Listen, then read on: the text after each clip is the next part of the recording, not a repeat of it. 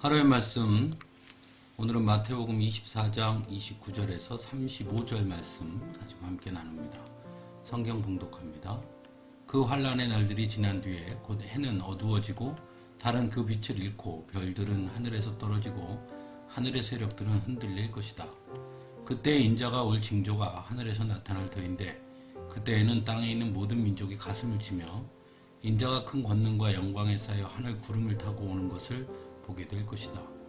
그리고 그는 자기 천사들을 큰 나팔 소리와 함께 보낼 터인데 그들은 하늘이 끝에서 저 끝까지 사방에서 그가 선택한 사람들을 모을 것이다. 무화과 나무에서 교훈을 배워라. 가지가 연하여지고 잎이 돋으면 너희는 여름이 가까이 온 줄을 안다.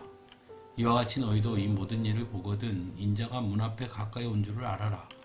내가 진정으로 너희에게 말한다. 이 세대가 끝나기 전에 이 모든 일이 다 일어날 것이다. 하늘과 땅은 없어질지라도 나의 말은 결코 없어지지 않을 것이다. 아멘. 우리 교회 주차장 한켠에는 무화과 나무가 있습니다. 그래서 여름철이 되면 무성한 잎과 무화과가 열리곤 합니다. 하지만 저는 개인적으로 무화과 나무를 우리 교회에서 처음 볼 수 있었습니다. 제가 어린 적 살던 고향인 충청북도에서는 무화과 나무를 볼 수 없었기 때문입니다. 또한 나무에 달려있는 무화과 열매도 처음 보았고 나무에서 바로 따서 무화과를 먹어보는 것도 처음이었습니다. 제가 알고 있던 무화과 열매는 말린 무화과 열매였고 그래서 매우 작았고 색깔도 갈색이었습니다. 이렇듯 처음 본 무화과 나무에 대해서 저는 아무것도 몰랐습니다. 그 나무가 그렇게 속성으로 자란다는 것도 그리고 새로 올라오는 가지에 열매가 맺힌다는 것도 또한 무화과의 잎새가 어떤 모양이었는지도 전혀 알지 못했습니다. 예수님은 다시 오실 것을 말씀하시면서 무화과 나무의 교훈을 배우라고 말씀합니다. 가지가 연하여지고 잎이 돋으면 여름이 가까이 온 줄을 안다 라고 말씀합니다. 마찬가지로 예수님께서 말씀하시는 징조들이 나타나면 예수님이 다시 오실 날이 가까운 줄을 알라고 말씀하시는 것입니다. 하지만 무화과 나무를 잘 알지 못하는 사람은 가지가 연하여지고 잎이 돋아도 여름이 가까이 온 줄을 알 수 없습니다. 마찬가지입니다.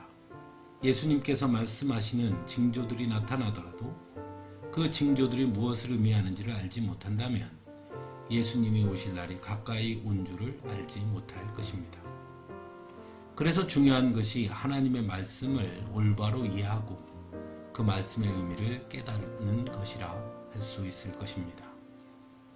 무화과 나무에 대해 잘 모르는 사람이 보면 그저 가지가 연하여졌나 보다, 잎이 돋았나 보다 하지만 무화과 나무에 대해 잘 아는 사람은 가지가 연하여지고 잎이 돋으면 이제 여름이 가까이 왔구나, 얼마 안 있으면 열매를 거두겠구나를 알 수 있는 것처럼 하나님의 말씀을 잘 알지 못한다면 아무리 마지막 때의 징조가 나타난다고 하더라도 알 수 없는 것입니다. 하지만 하나님의 말씀을 늘 가까이 하므로 그 말씀의 뜻과 의미를 이해할 줄 아는 사람이라면 세밀한 하나님의 음성에도 반응할 것이고 작은 하나님의 사인에도 반응할 수 있을 것입니다.